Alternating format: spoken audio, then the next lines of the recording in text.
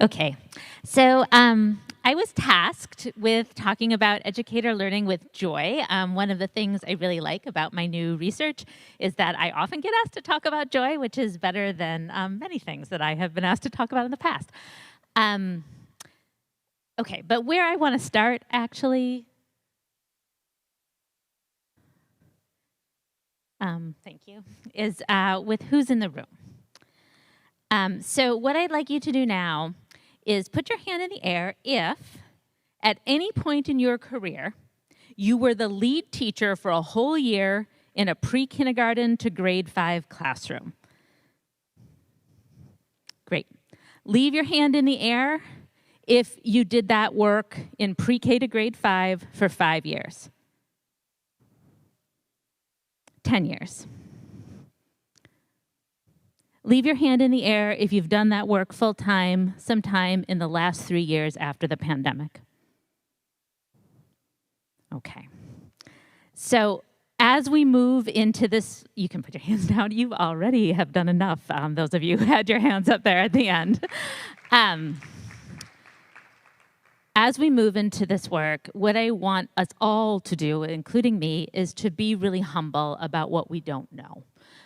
Because teachers are working in an entirely new world right now. I mean, we all are, but teachers in particular are. And so what we know from our own careers may or may not be applicable, right? Like, we have to slow down and not be so quick to jump in with our stories of what is going to work for them, because I think we actually really don't know. So if you were with us last year or you've been at some other events I've spoken at, you may have heard me talk about joy. The book that really informs my thinking about it is this Book of Joy by the Dalai Lama and Desmond Tutu. It's a beautiful book. I always recommend that people read it. And this quote is the one that I keep coming back to. So they say, being joyful is not just about having more fun. We're talking about a more empathetic, more empowered, even more spiritual state of mind that is totally engaged with the world. So this morning I was talking about play, and now I'm talking about joy, and joy is a little bit different from play. Like, certainly I hope when people play they experience joy, but I also hope that we experience joy at other times. And this isn't a talk about how we can get teachers to have more fun. It is very explicitly not a talk about icebreakers, for example. So the Dalai Lama says that joy includes like these qualities. If these qualities are present, probably someone is experiencing joy.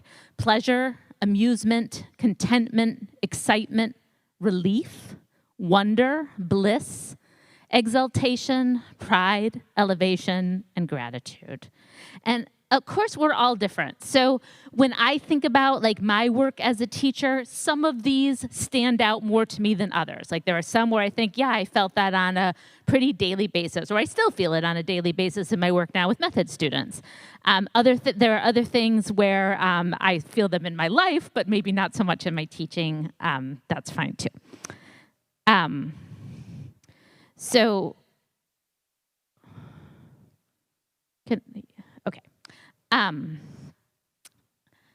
What I wanted to do was share a moment of joy from my own teaching in my current role. So I have video of myself when I was in the classroom, but it's really super old. This is more current. It's my work with method students. And as I was preparing for this talk, I was trying to think, like, do I have a moment on video where I can remember feeling joy in that moment? And this is what I came up with. So it is an elementary math methods class. My students are working on a group task. And the task, they each had a little clue card, and they had to build a structure and follow the clues to do it. They were only allowed to move one color of blocks each person.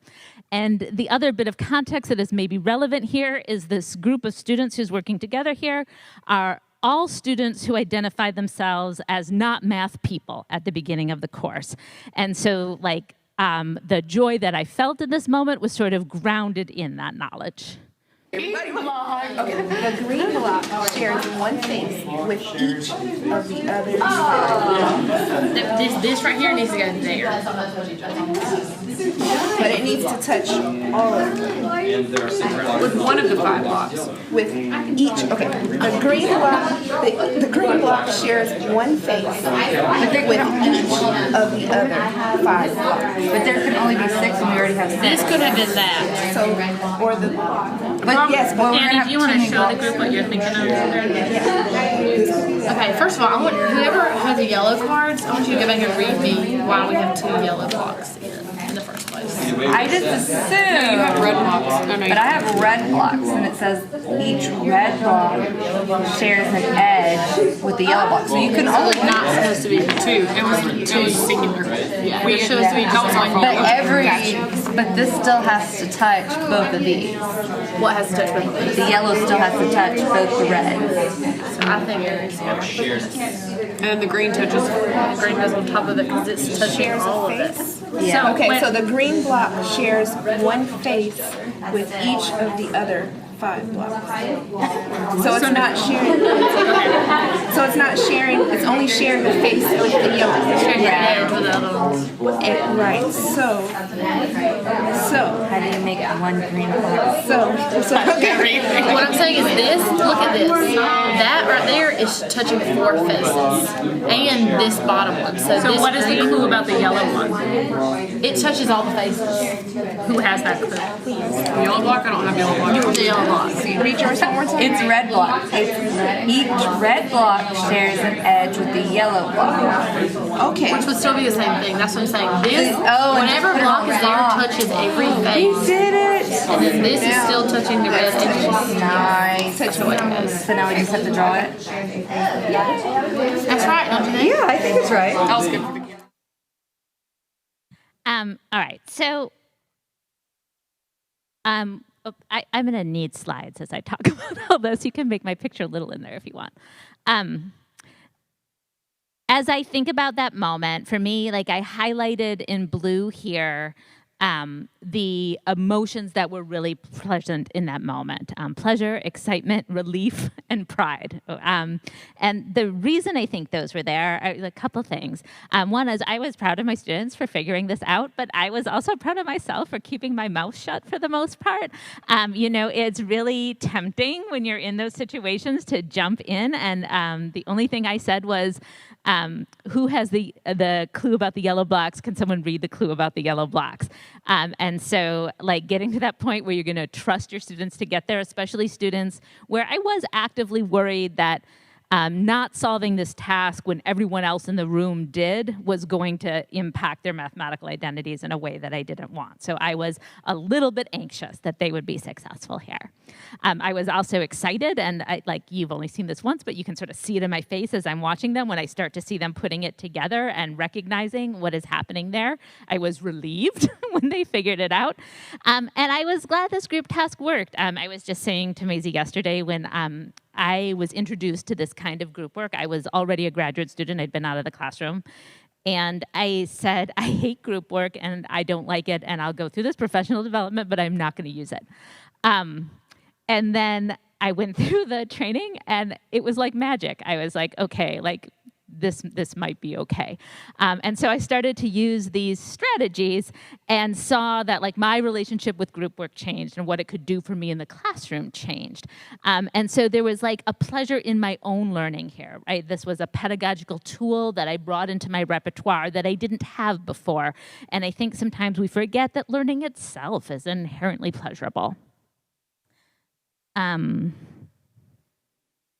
Okay, so what I would like you to do right now is to think of a moment of joy in your current role. So I started by asking us to think about our experience in the classroom, but right now I want you to think about in the role you have right now, what was a moment of joy? And I'd like you to write down as much as you can remember about that moment.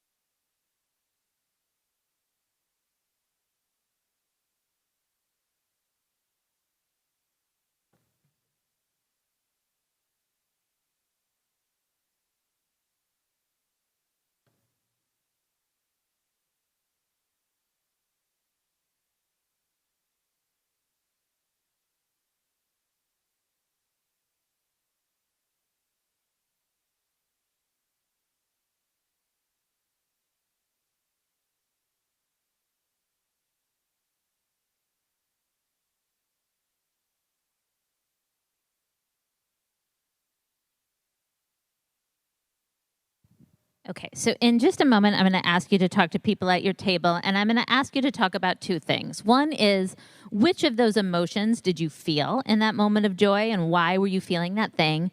And then the second question is, what were the supports in place that made this moment of joy possible? So if I think about my moment of joy, one thing that was in place was I had the opportunity to go through this professional development where I learned this new kind of teaching that opened up this space for me. That was an incredible support.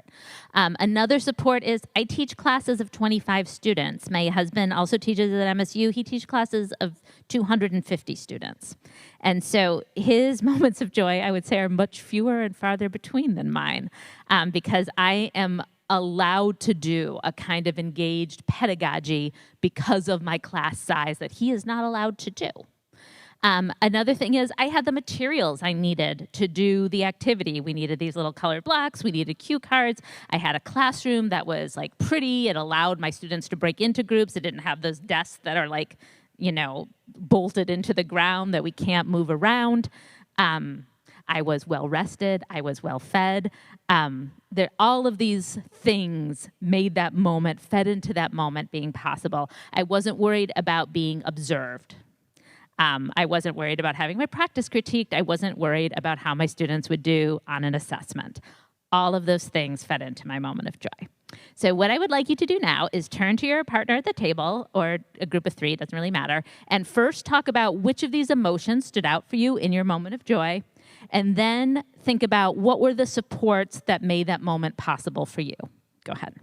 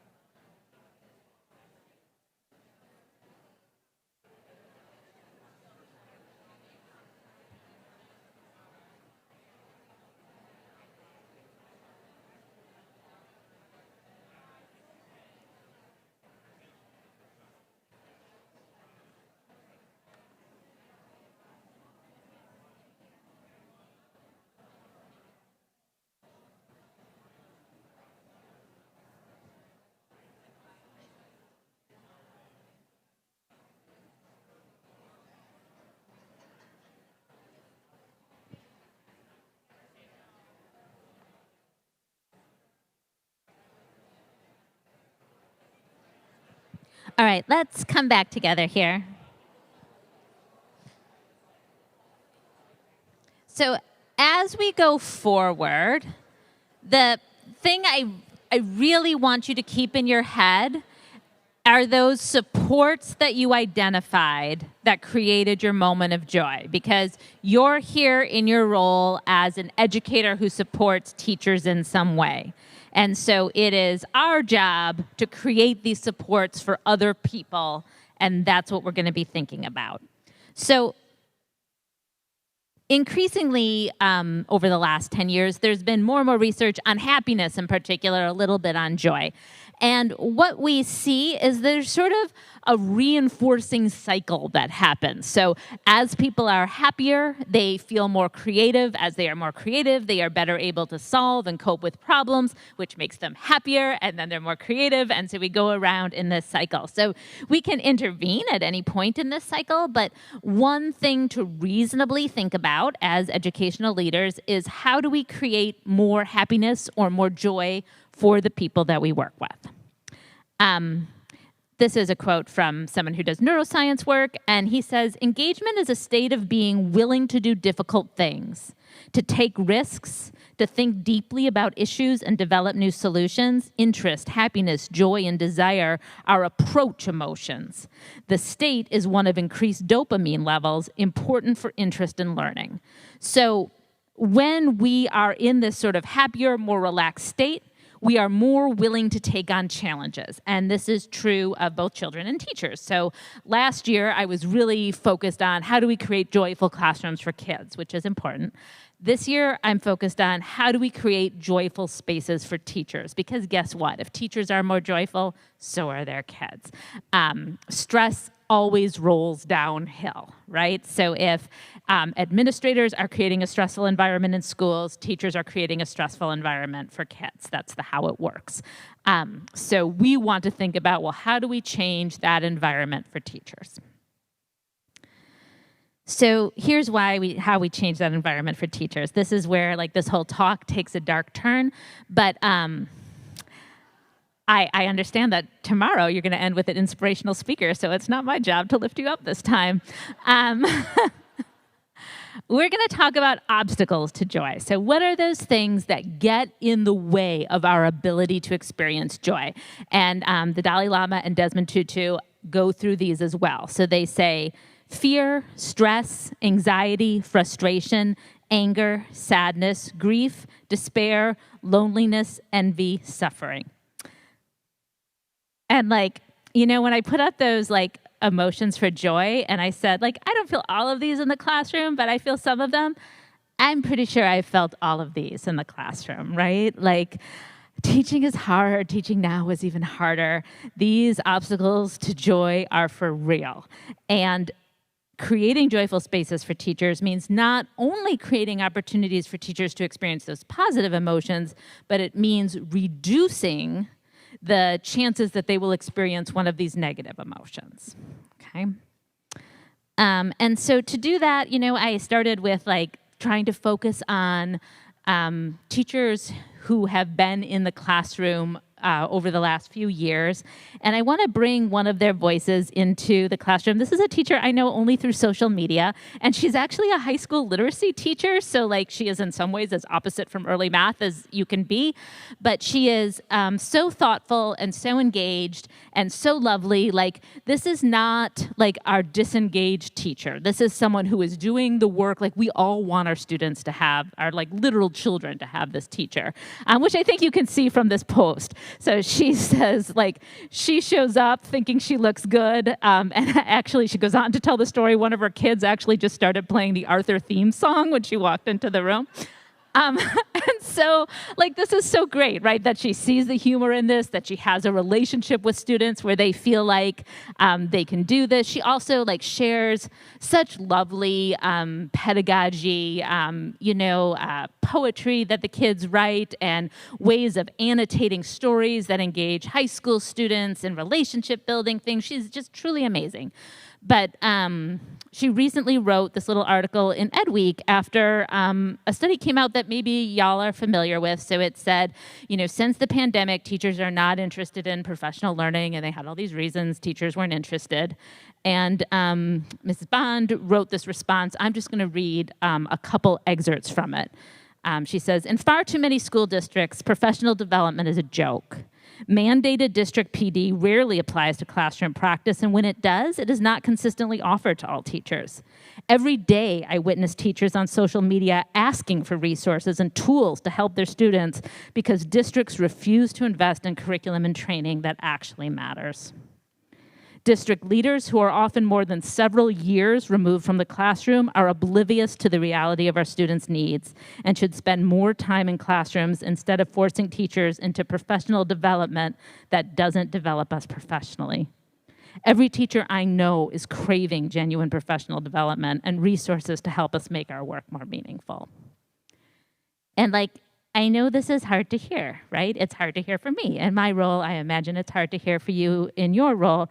But I think it's important to hear. And the reason I spent so much time introducing who she was as a person and as a teacher is because I think when we hear things like this, it's really easy to dismiss it as oh, these are our disengaged teachers. They don't really care what they're doing.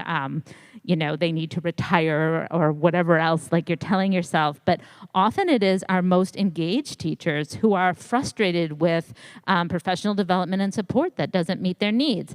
And I know that because I benefit from it because they apply to MSU's graduate program and then I get them as PhD students. Teachers are hungry for support. We need to be thinking about how to provide that support that's meaningful to them. All right, so what I'd like you to do now is a little bit of thinking about what obstacles to joy teachers in your district or the districts you work with regularly experience, and what does that look like?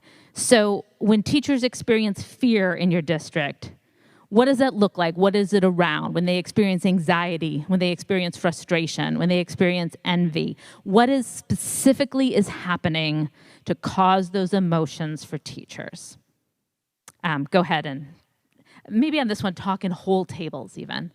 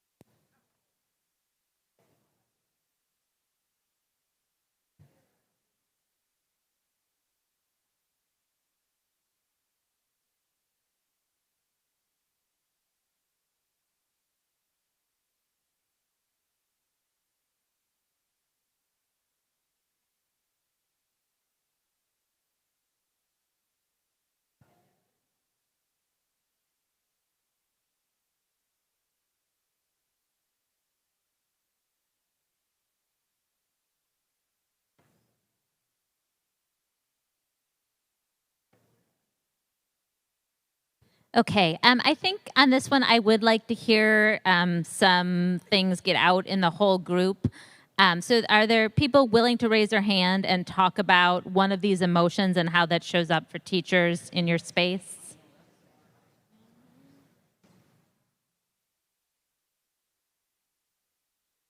Everyone's teachers are so happy they don't have these emotions.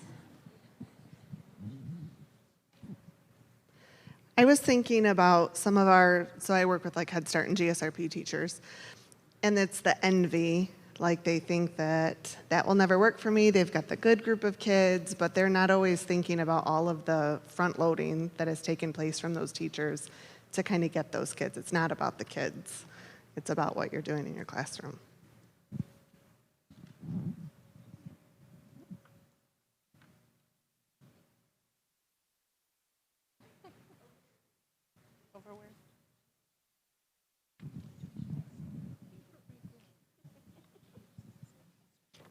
I'll just piggyback off of that, also coming from the preschool world and knowing that we have some children who have some really difficult behaviors we're trying to help them with, but that kind of fear that comes along with that, even when teachers are putting a lot of really good proactive practices in place, that's not a miracle cure and it doesn't change things overnight, and that's incredibly stressful, especially if you're understaffed, especially if there's, parents coming in and talking to you, my child said so-and-so does this daily. That is so incredibly stressful, and it creates so much anxiety, stress, and fear on those teachers who are just really trying to do the right thing.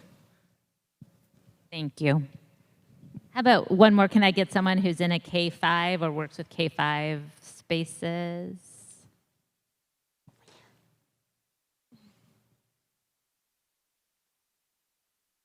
We talked about fear, that teachers in general have fear that they're doing something wrong, that they're inadequate, insufficient, and that they're going to be caught. So it's a fearful environment. Okay, that's actually a great transition to what I want to do next. And I would just want to pay attention to sort of the nouns that were left out of the sentence. Teachers are worried they're going to be caught. By whom? As we think about what is causing teachers these negative emotions, it's easy to locate that somewhere else. The kids are causing it, the parents are causing it, like society is causing it, but often the call is coming from in the house. And that's what I want us to focus on in here right now, because that's the thing we have the most control over, right? Like, we really can't go out and change families. That's not our job. We can't really get inside teachers' head and change how they think about things. We can change structures and practices around schooling. That's what we can do. So I'm going to ask you to do the hard work of looking at what you and whatever organization you are a part of is doing to create obstacles to joy for teachers, right? To really acknowledge that some things we are doing this work. Because if we can name those, then we can think about changing them. But if we locate it somewhere else, then there's really nothing we can do, right? Okay, and that was heavy, but I want to deal with it in sort of a light way. Can I get the next slide? And also, don't start it yet, but this is the one that I'm going to need the link played on. So I don't know if you follow this account on Instagram. It's called Burnt Out Teachers, and it is a teacher who left the classroom, and she does these little skits, and she plays all the roles in them. So when she puts in pigtails, then she's a kid, Susie, and then when she has on a backwards baseball cap, she's her administrator, and she acts out these things that have happened to her and her friends in her career.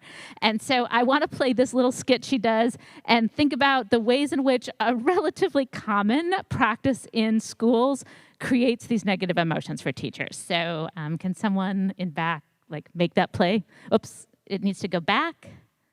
And the link is in the text if you click on it.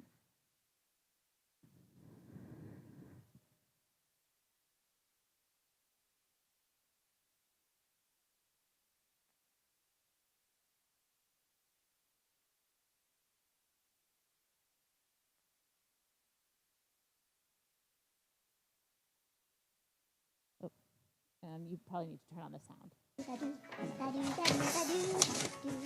can you go back to the beginning? All done.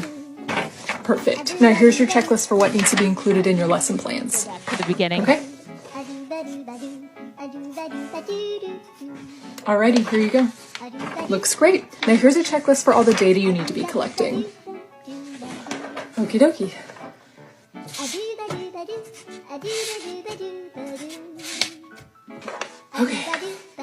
Okay, yep. Now here's a checklist for all the ways in which you can improve. Oh, okay. Let me just go get this done. Oh, no, I've got to be the one to check those off. Okay, do you mind?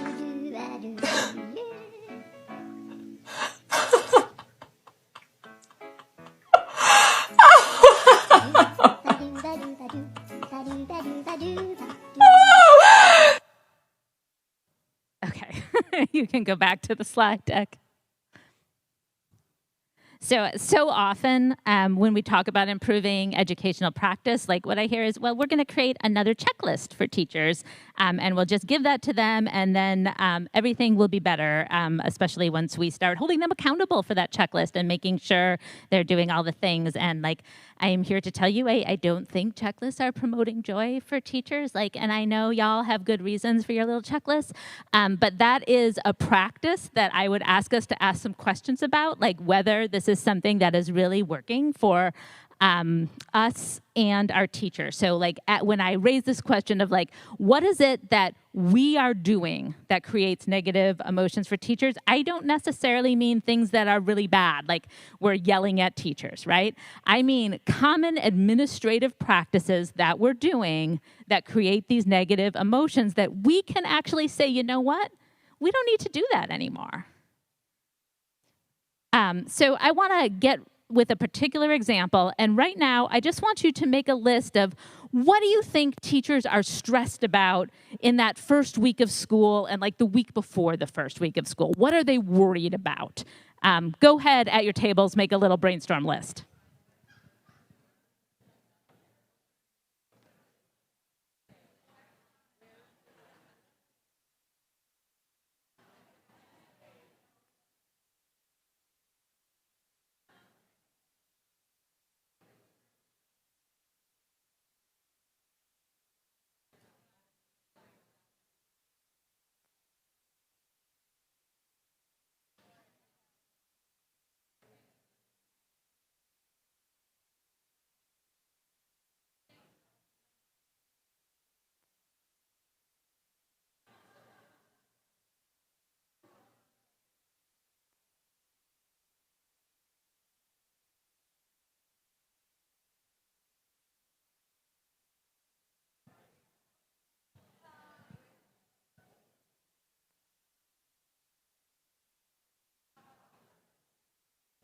All right, so we could probably keep going with this.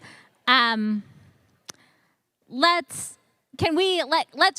people be really loud and just throw some things out there? Classroom setup, getting their classrooms in order, 100%.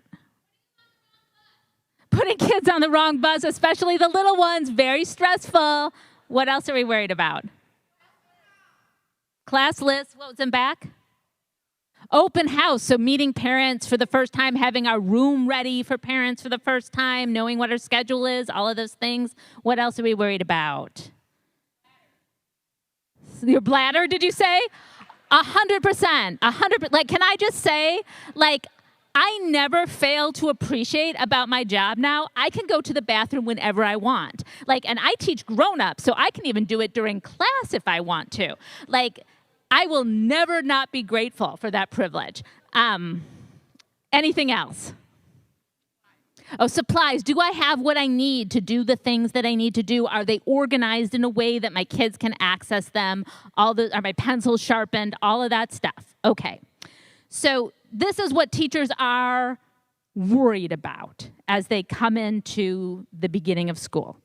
So what are the demands that administrators in your district or in your districts place on teachers in those first weeks of school? So what are teachers being asked to do by administrators at the same time that they're worried about that whole list of things that you just said?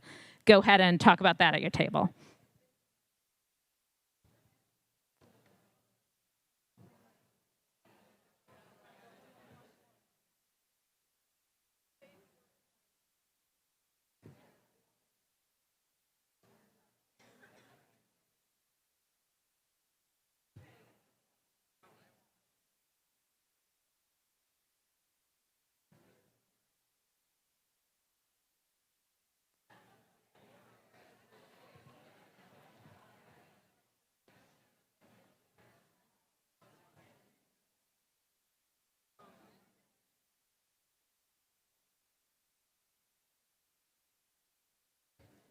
Okay, let's come back again, and can we do the same thing? So what are some things that teachers are being asked to do by various kinds of administrators in those first weeks when they're worried about all the stuff we just said?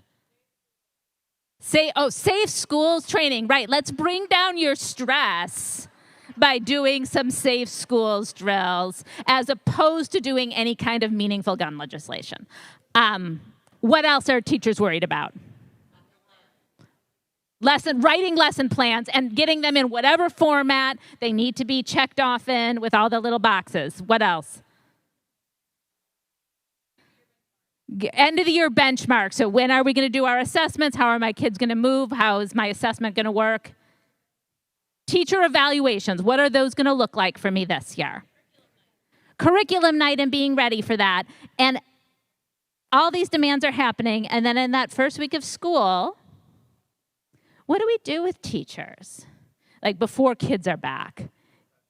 We do professional development. Are teachers ready to learn that first week of school? Are they in that state of low stress? I'm ready to take risks and engage with meaningful content while I am worried about whether my room is going to be set up, whether my lesson plans are done, whether I'm ready to welcome parents on parent night.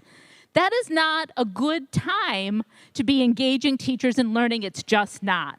What teachers say over and over again is, you know what I want in the first days of school? I want to work in my classroom. And a lot of times this demand is treated as unreasonable. It is unreasonable that teachers want this thing, that they don't value what we are offering them. But they are sitting in this learning space being stressed about all these things that are about to happen for them. And we're saying, no, pay attention here. What I'm doing is really important. We need to hear teachers. Like, this is something that is so easy, it costs you $0. You will save money because you won't have to pay someone to come in and do the PD. It costs $0 to tell teachers, go ahead in your rooms and get ready for the year. Like, we could just do that. We could do that tomorrow, right? We could, but we don't. So one thing to think about is, why do we not do that? When teachers so clearly would benefit from it, they would come in more ready for kids. Like, what is it that we think we know that they don't? Okay, so what should we do about this beyond giving teachers time to work in their rooms at the beginning of the year? What are the answers that people are giving us? Is it self-care? As I was getting ready for this talk, I was reading some research on teacher stress, and I got to this one, and I read the beginning of the abstract. Due to increased pressure from test-based accountability practices, teachers have reported high levels of stress and burnout.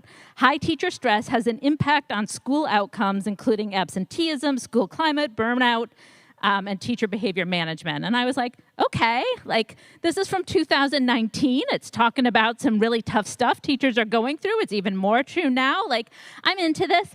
And then I get to the end, and they're like, okay, so to deal with this, we're going to do a systematic review and look at stress management strategies for teachers, like cognitive behavioral therapy and meditation.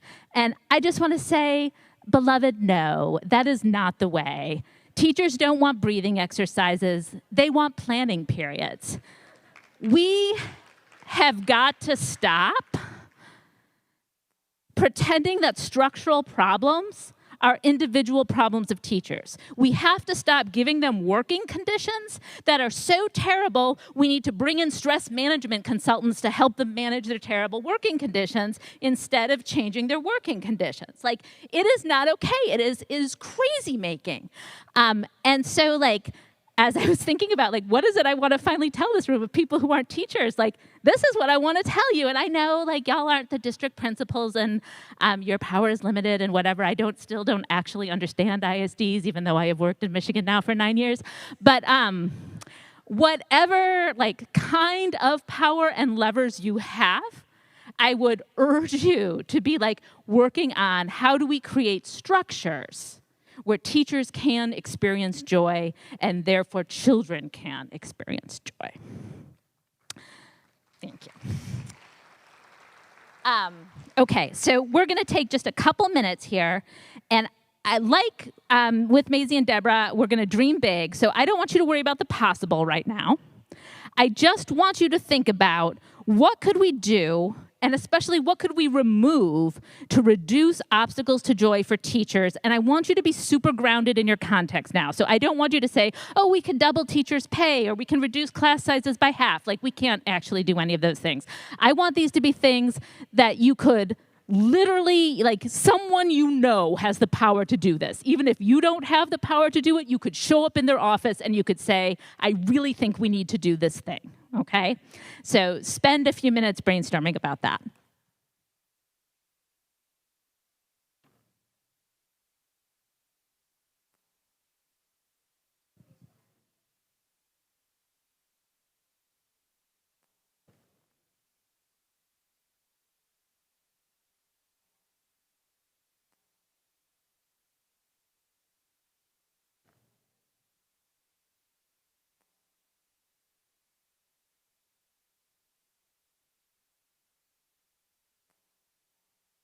Something actionable that you think could happen in your context to reduce some of these obstacles to joy for teachers. Has any group been able to come up with something? I have someone over here.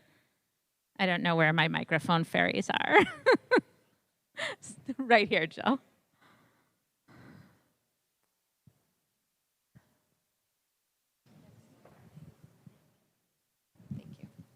Okay, so I was a classroom teacher last year. This is my first year as an instructional consultant. So this is something I actually got to experience. The principal of my building, we had this little penguin. It was our staff mascot, right? And we passed it around at all of our staff meetings. And what she did was, in correlation with the mascot, she laminated a penguin, and it was on a magnet, and it was on all of our doors inside of our classroom. And it was, if you were having a bad day, you were just off, and you did not want her to come in, you stuck the penguin on the outside of your door. She would not set foot in your classroom. She would not observe you on that day. She gave you the grace to just have an off day. I never needed to use it. I never felt like I needed to use it, but the stress level went down a little bit, knowing that I could use it if I really needed to. Yeah, I love that. And I can imagine it working also as a distress signal. So if you put the penguin out, and maybe I need some help and support in here today, and someone can jump in and maybe like relieve some of that for me. Other actionable things that we could do.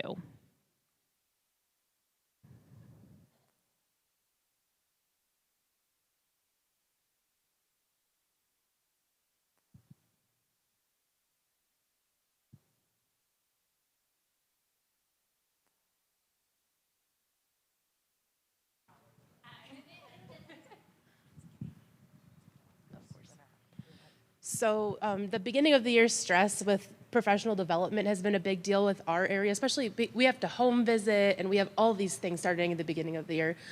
And our county has split up our first PD. Instead of starting in August like it usually does, we're starting at end of September, and we're doing 3-hour sessions, and they're fast track. So teachers who have already been through all the literacy stuff don't have to go sit through another thing on literacy. We have a math track, a literacy track, calming classrooms track, different focuses for different people. So you're not sitting through things you don't want to for 8 hours, 3 days in a row. Our RESC has split it up this year, so we're pretty excited about that. Okay, so I hear two things. One is you're moving some of that PD off of those first days when teachers need to be getting ready to teach, and you're allowing them choice in the professional development they do so they can choose things that are meaningful to them. That sounds great. Is there one more? Okay, great, right in the back. This is the shortest answer you're going to get. Listen, listen. Yeah, I think that's a great answer in your local context. And also, I will say, I learned so much following teachers on social media because as a professor, teachers aren't always super honest to my face. Maybe you find that in your role. But like when I can follow people on social media, I can see what teachers are really thinking about. Okay, so I want to end. Oh, no, I didn't want to start that. That's all right. This is how I want to end. There's a lot that can be done to create a culture, and I think one of the first things I would say is that you need to be intentional about your culture. Otherwise, it sort of can just happen to you if we're not intentional about creating the culture that we desire. Some of the things that we value and believe and make sure we have in our culture are really having that growth mindset, allowing lots and lots of opportunities for our teachers to learn, to grow, to learn from each other, to be in each other's classrooms, professional learning, book studies, not just talking about a growth mindset, but providing the availability to grow. Also, shared leadership is something that we really value in our building. And so it's not always me in front. In fact, oftentimes you'll see teachers teaching teachers. Our teachers run our after-school professional learning opportunities, and all of the PLCs are ran by, we have a building leadership team. And so just really sharing the leadership so it's not always the principal. I also think, and we talk about this so often in our classrooms, it's that care and connection, right? So just as we try and do that with kids, I think it's really important that we do that with adults in the building, really care about each other, connect with each other, have fun together, laugh together. I think that really adds to our culture.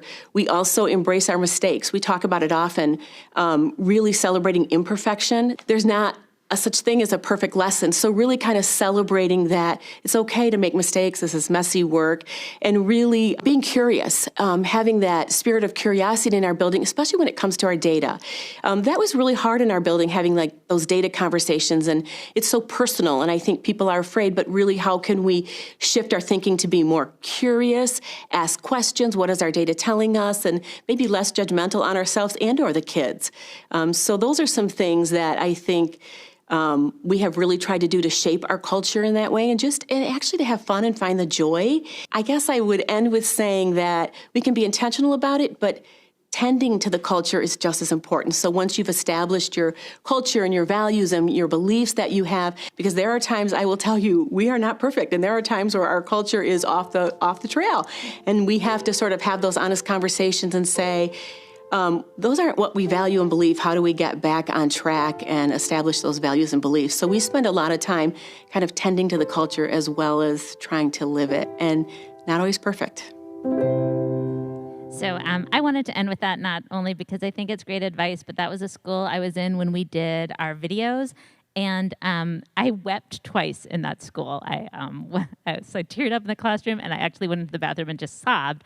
And the reason was, I was in that building all day long. Like, we were there before the school opened, we were there after it closed, and I didn't hear anyone yell the entire time I was there. I didn't hear an adult yell. I didn't hear a child yell. I saw so much caring interaction between the staff and between the kids. And I don't really think about principals or leadership at all very much, but afterwards I was like, Rusty, we got to talk to this principal, because this is not something that I see. And we have some other interviews with her. She talks about how she establishes this culture of not yelling. But what this school convinced me of was that it is entirely possible, even in the current climate, to create school spaces that are joyful. But it takes this really intentional commitment and work to making that happen. And so what I want to invite you all to do as we go forward is to take up these essentials, not in a way that is checklist oriented, not in a way that is assessment oriented, not in a way that is one more pressure to put on teachers, but as an invitation to everyone engaging in more joyful practice around mathematics. And thank you so much for all your time today.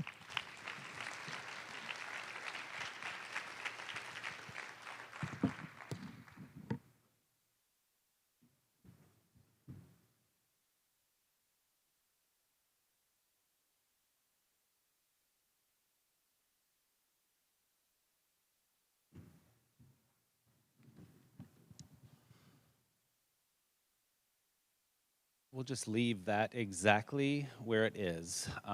We have one last thing for us to do before we venture off to a beautiful day, which is collect some very quick feedback from you again, so we can continue to make tomorrow even better. If we could put the QR code up on the screen, it is on a slide just after Amy finished. We may have to refresh the slide deck in the back if needed. That'll come up like we did yesterday. It's quick. Your feedback will influence what we do tomorrow, we promise. If you could take 2 minutes to do that, we would appreciate it. Hit submit, and then we'll have a wonderful day. We will continue tomorrow with 30 minutes in here, and then we have some great breakout opportunities tomorrow morning.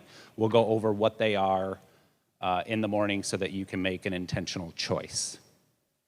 With that, hit submit once you finish, and we'll be off for a beautiful day.